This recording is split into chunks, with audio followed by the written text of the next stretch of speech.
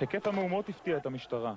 תהלוכות האבל של ערביי ישראל שאורגנו כאות הזדהות עם ההרוגים הפלסטינים הפכו בתוך דקות להתפרצות אלימה נגד המשטרה ומכוניות ישראליות.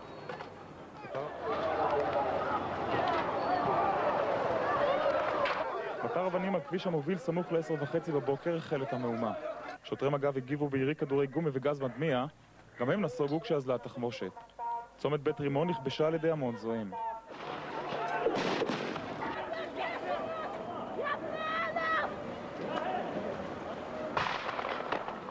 באום אל-פחם תמונה דומה. ג'יפ בודד של משמר הגבול הופך למטרה העיקרית של מיידי האבנים.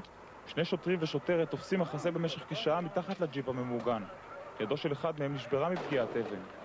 רק כוח התגבור הצליח בעזרת ירי של כדורי גומי וגז מדמיע להרחיק את מאות המתפרעים לכיוון הכפר.